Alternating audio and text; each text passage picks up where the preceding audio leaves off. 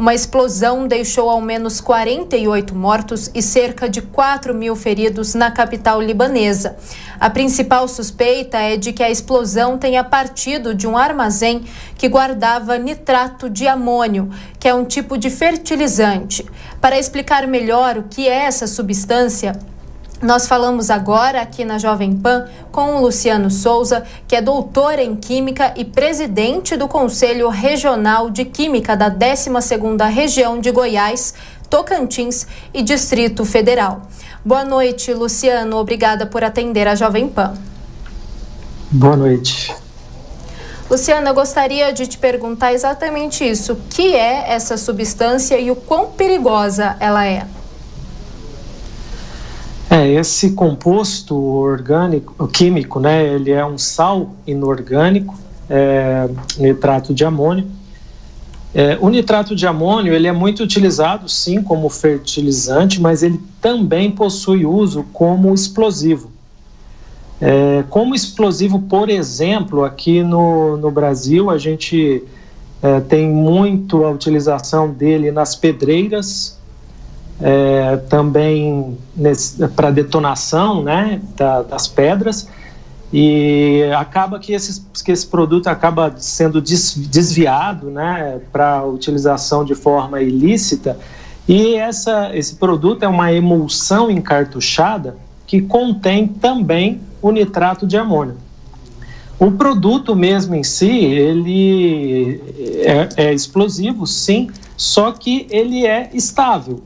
Para que ocorra a detonação, você normalmente precisa de algum agente iniciador, de um autoexplosivo, né, para que você tenha, então, a detonação.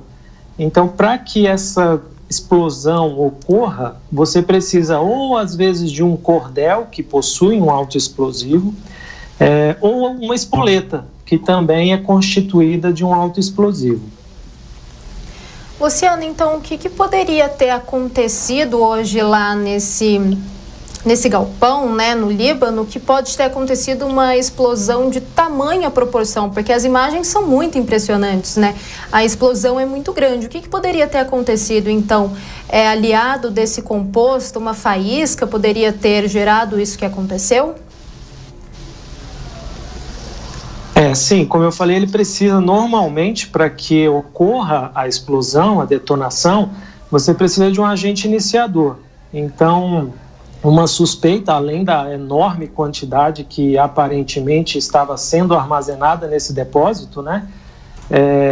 Você precisa desse agente iniciador, que pode sim ter sido uma faísca. Agora, nesse momento, é difícil você afirmar ou cravar realmente alguma situação.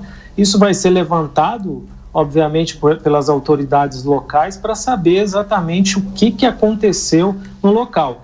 É lógico que as evidências numa situação dessa ficam mais difíceis, porque o local em si foi totalmente, né, destruído. Então, o trabalho vai ser enorme também para tentar identificar a causa de tudo isso que aconteceu lá, dessa tragédia. Luciano, eu também gostaria de te perguntar quais são os riscos de armazenar uma substância como essa. Eu tenho informações aqui de que estavam armazenadas nesse depósito 2.700 toneladas de nitrato de amônio. Então, quais são os riscos de uma substância desse tipo estar armazenada? E ela, pelo que falaram, né, as autoridades locais e também notícias que saíram na mídia hoje, que isso já estaria armazenado há bastante tempo.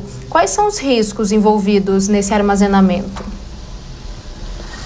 Essa quantidade realmente é uma quantidade muito grande que estava sendo armazenada no local, aparentemente sem as devidas condições de segurança, né?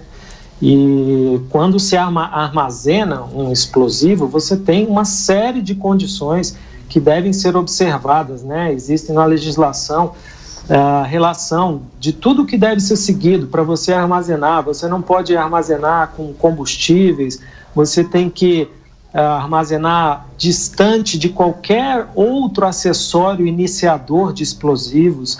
Então você tem a própria estrutura do armazém, né? Ela deve ser feita de material não inflamável. Então você tem uma série de condições que devem ser seguidas para que se tenha um armazenamento de um produto que é considerado explosivo. Luciano, eu também gostaria de te perguntar, além dos riscos, né, dessa substância acabar gerando uma explosão, como aconteceu hoje, também há riscos para a população, essas pessoas que estavam perto da explosão. Quais são os efeitos? Existem efeitos a longo prazo quando essa substância ela vai para o ar, né? Na explosão, ela acaba sendo, como eu posso dizer, dispersada pelo ar mesmo e atingindo distâncias, ela pode chegar a distâncias. Como que seria nesse sentido? Há riscos para as pessoas que estavam próximas dessa explosão? Os efeitos aí, eles são decorrentes, na verdade, dessa onda de choque, né, que ocorreu em função dessa detonação. Então, o que se viu lá, essa pressão do gás que foi acabando sendo gerado ali e gerando a onda de choque, que gera todo o dano, né, que foi mostrado aí, que já foi noticiado. Mas o risco mesmo em si de estar no ar, assim, isso não tem relato disso, não. Não poderia gerar problemas na saúde, por exemplo, das pessoas? Isso não aconteceria? Não, problema de saúde não. A gente teve esses danos aí em função da onda, né, que foi gerada pela explosão, mas após a detonação ali vai ter todo o problema, né, da destruição, das mortes que foram geradas pela explosão, mas não em função propriamente de dano ali ao meio ambiente, vamos dizer dessa forma, né? Luciano, você falou um pouquinho sobre esse assunto, mas queria explicar melhor para os nossos ouvintes e telespectadores também, de uma maneira mais aprofundada, qual seria a maneira correta de armazenar essa substância, então, para evitar que aconteça de novo o que aconteceu hoje no Líbano. Certo.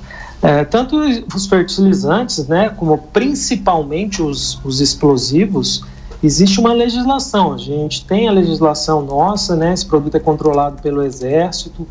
Então, para que se tenha um depósito, para que se faça um transporte de produto, você tem toda uma série de condições de segurança.